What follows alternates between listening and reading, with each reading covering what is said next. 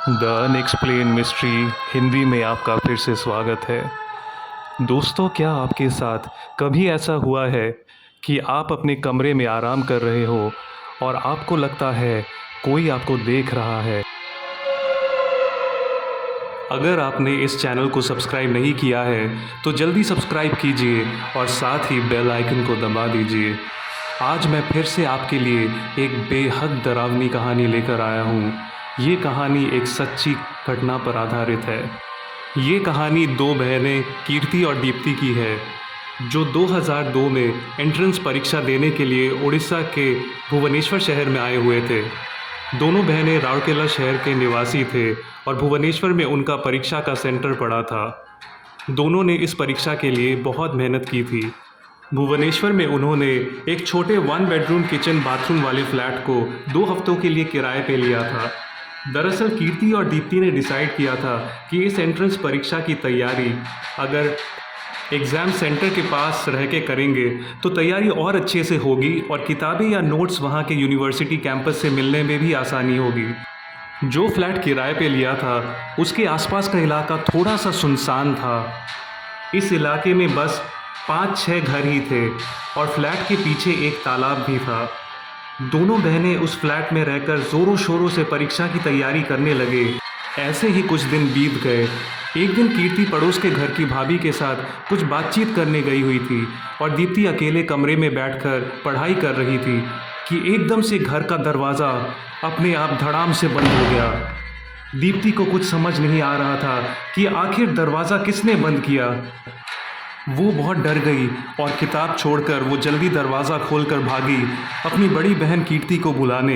बहुत तेज़ी से भागने के बाद जब वो अपनी दीदी के पास पहुंची तो उसकी दीदी और पड़ोस वाली भाभी ने चिंता जताते हुए पूछा, अरे तुझे क्या हुआ, इतनी घबराई हुई क्यों है?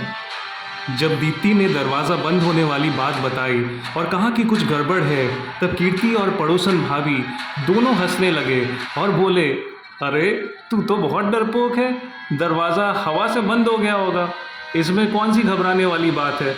दीप्ति को इस बात से कोई तसल्ली नहीं मिली और वो कीर्ति के साथ घर वापस आ गई। दोनों को उस फ्लैट में रहते हुए अब 10 दिन हो चुके थे और दीप्ति को हमेशा ऐसा महसूस होता था जैसे कोई उसको देख रहा है या कोई कमरे के अंदर झांक रहा है।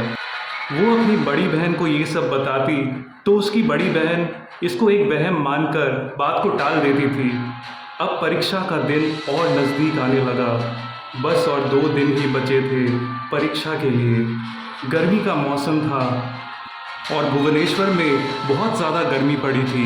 कमरे में एसी या कूलर ना होने के कारण गर्मी बहुत ही असहनीय हो गई थी।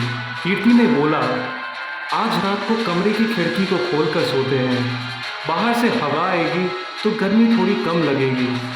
दोनों बहन पढ़ाई करके रात को 12 बजे तक सो गए। दोनों के बिस्तर के बगल में ही खिड़की थी और आसपास घना अंधेरा था। दीप्ति को ठीक से नींद नहीं आ रही थी और वो करवट बदलने लगी। नींद में उसे अजीब अजीब सपने आने लगे कि कोई उसे सोता हुआ देख रहा है। दीप्ति को पसीना आने लगा और डर से उसकी नींद खुल गई। उसने सोचा, शुक्र है बस सपना ही था। ऐसा सोचकर उसने करवट बदला और खिड़की की तरफ अपना मुंह किया तो उसने जो देखा वो देखकर उसका दिल बाहर आ गया। खिड़की की ऊंचाई लगभग 7 फुट थी। खिड़की के बाहर कोई बहुत ही विशाल और डरावना आदमी खड़ा था और अंदर की ओर देख रहा था। उस आदमी का सर बहुत बड़ा था, वो लगभग 7 फुट लंबा था और उसकी चमकती हुई आंखें बाहर की तरफ निकल रही थी। उसके राक्षसीय चेहरे पर एक भयानक हंसी थी। पता नहीं कितनी देर से ये डरावना आदमी उन दोनों को सोता देख रहा था। दीप्ति की आवाज़ नहीं निकल पा रही थी। उसने कीर्ति को धक्का मारकर जगाया और जब कीर्ति ने अंधेरे में उस राक्षस की चमकती आंखें देखी तो वो डर से चीख पड़ी।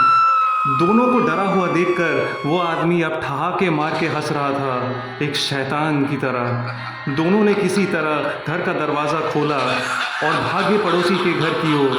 दोनों डर से चिल्लाने लगे और पड़ोसी का दरवाज़ा खटखटाने लगे। पड़ोसी ने दरवाज़ा खोलने में 1 मिनट लगाया क्योंकि रात के 2 बज चुके थे। वो लंबा सा हैवान अब उन दोनों की तरफ चल कर आ रहा था। दोनों चीखने लगे एक दूसरे को पकड़कर और आखिरकार पड़ोसी ने दरवाज़ा खोला। दोनों भागकर घर के अंदर घुसे और दरवाज़ा बंद कर दिया। पड़ोसन भाभी ने दोनों को पानी पिलाया और जब दोनों ने पूरी बात बताई तब भाभी ने बोला, बहुत साल पहले हमारे इलाके में एक पागल आदमी घूमता था। वो बहुत लंबा था और लोगों के घरों में रात को झांकता था। कहते हैं किसी लड़की ने उसे धोखा दिया था और तब से उसका मानसिक संतुलन बिगड़ गया। मुझे याद है लगभग 5 साल पहले उसकी लाश पीछे तालाब में मिली थी। बहुत ही डरावना दृश्य था वो पानी में डूब के मर गया था और तब से उसको किसी ने भी नहीं देखा। मुझे समझ नहीं आ रहा तुम दोनों को वो कैसे दिखा। लगता है उसकी आत्मा को कभी शांति नहीं मिली और वो अभी तक भटक रहा है। दोनों बहनें उस फ्लैट को छोड़ देती है और परीक्षा तक पड़ोसी के घर में रुकते हैं। उम्मीद है आपको ये कहानी पसंद आई होगी। अगर आपके पास भी ऐसी कोई रोचक और रहस्यमयी कहानी हो तो आप अपनी कहानी भेज सकते हैं इस ईमेल एड्रेस पर unexplainedmystery.hindi@gmail.com। अगर आपको ऐसी अद्भुत और रहस्यमयी कहानियाँ पसंद हैं तो मेरे चैनल को जल्दी सब्सक्राइब कीजिए और बेल आइकन को दबा दीजिए। वीडियो पसंद आई हो तो ज़्यादा से ज़्यादा लाइक और शेयर कीजिए।